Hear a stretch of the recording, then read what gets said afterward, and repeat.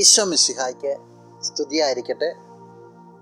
പ്രിയ സഹോദര സഹോദരി, ഈശോയുടെ ധന്യനാമത്തിൽ ഈ ദിവസം അനുഗ്രഹിക്കപ്പെടട്ടെ എന്ന് പ്രാർത്ഥിക്കുകയാണ്. ഒരു വചനം നമുക്ക് ശ്രദ്ധിക്കാം. വിശുദ്ധ ലൂക്കാ അറിയിച്ച സുവിശേഷം 11-ാം അധ്യായം 14-ാം വാക്യത്തിൻ്റെ 2-ാം ഭാഗം. പിശാച് പുറത്തു പോയപ്പോൾ ആ ഊമൻ സംസാരിച്ചു. പിശാച് ബാധിതനായ ഒരു വ്യക്തിക്ക് ഈശോ കൊടുത്തൊരു ഹീലിങ്ങിനെ കുറിച്ച് പറയുക. ഈശോ അവരിൽ നിന്ന് പിശാചിനെ ബഹിഷ്കരിച്ച് പിശാച് പുറത്തു പോയപ്പോൾ ഊമൻ സംസാരിച്ചു. അവൻ്റെ ജീവിതത്തിൽ വലിയൊരു പ്രശ്നമുണ്ടായിരുന്നവർക്ക് മിണ്ടാൻ പറ്റില്ലായിരുന്നു.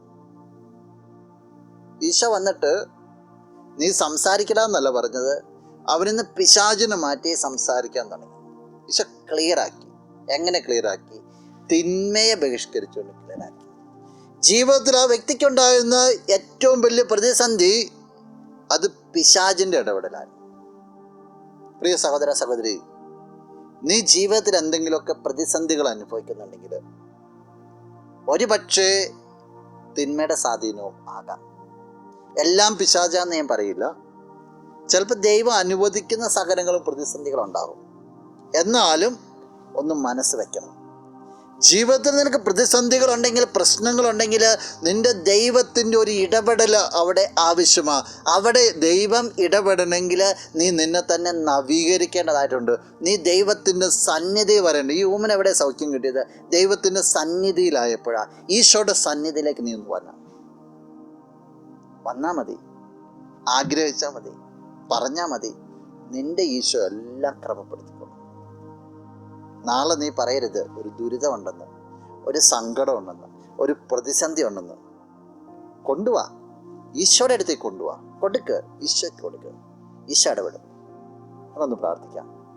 കണ്ണുകൾ അടച്ച് കരങ്ങൾ കൂട്ടാം. നല്ലവനായ കർത്താവേ, നിന്നെ ഞങ്ങൾ സ്തുതിക്കുന്നു, ആരാധിക്കുന്നു, മഹത്വപ്പെടുത്തുന്നു.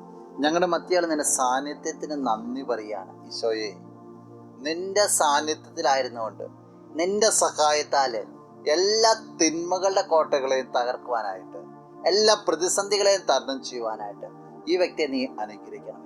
നിന്റെ നാമത്തിൽ ഈ ദിവസം അനുഗ്രഹിക്കപ്പെട്ട് സകലവിധ നന്മകൾ കൊണ്ട് നിറയപ്പെടട്ടെ, ഇപ്പോഴും എപ്പോഴും എന്നേക്കും. ആമേൻ. ഹല്ലേലൂയ. ആരാധന